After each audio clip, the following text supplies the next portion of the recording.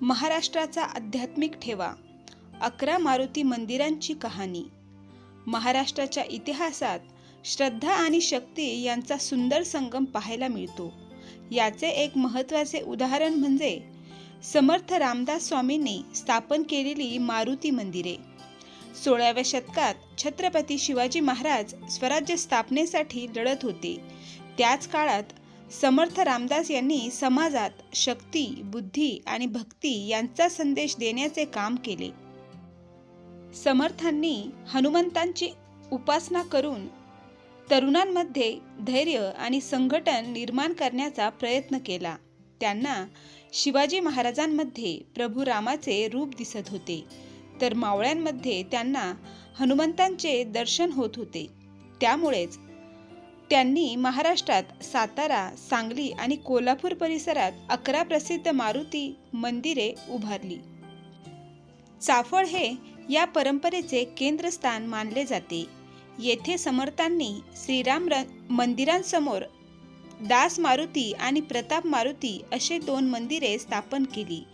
या ठिकाणी भक्तीचा दास्यभाव अधोरेखित केला आहे। भक्ताने आपल्या देवावर पूर्ण विश्वास ठेवावा, हा यामागचा संदेश आहे। शिंगणवाडी येथे मारुतीला खडीचा मारुती असेही म्हणतात।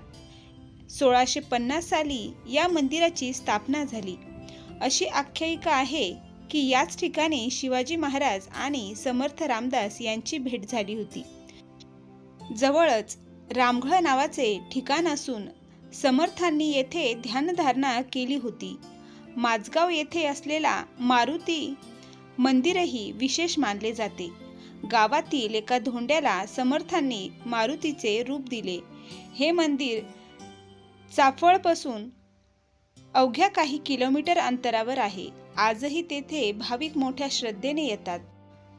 सांगली जिल्ह्यातील बहे बोरगाव हे ठिकाण निसर्गरम्य असून तेथे असलेल्या मारुती वेगळ्या स्वरूपात दिसतो।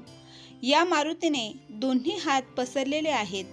स्थानिक कथेनुसार श्रीराम आणि सीतेच्या रक्षणासाठी हनुमंताने नदीचा प्रवाह अडवला आणि त्यामुळे तेथे बेट तयार झाले। शहापूर येथे असलेल्या चुन्याचा मारुतीही प्रसिद्ध आहे। 1645 साली याची स्थापना झाली। या मंदिरामागे एक रंजक कथा सांगितली जाते, ज्यात समर्थांनी एका अडचणीत सापडलेल्या कुटुंबाला मदत केली होती। त्यानंतर गावकरी या मारुतीचे भक्त झाले। 32 शिराळे हे गाव नागपंचमीसाठी प्रसिद्ध आहे, पण तेथे समर्थांनी स्थापन केलेला वीर मारुतीही तितकाच महत्त्वाचा आहे। सुमारे 7 फूट उंच असलेल्या या मूर्तीवर सूर्योदय आणि सूर्यास्ताच्या वेळी पडणारे सूर्यकिरण अतिशय सुंदर दृश्य निर्माण करतात।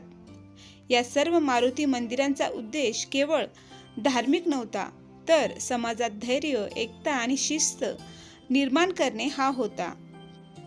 समर्थ रामदासांनी या मंदिराच्या माध्यमातून लोकांना मानसिक आणि शारीरिकदृष्ट्या सक्षम बनवले। आजही ही मारुती स्थाने महाराष्ट्राच्या सांस्कृतिक आणि आध्यात्मिक परंपरेचे जिवंत प्रतीक आहेत। येथे येणाऱ्या भाविकांना श्रद्धेबरोबरच इतिहासाचीही अनुभूती मिळते।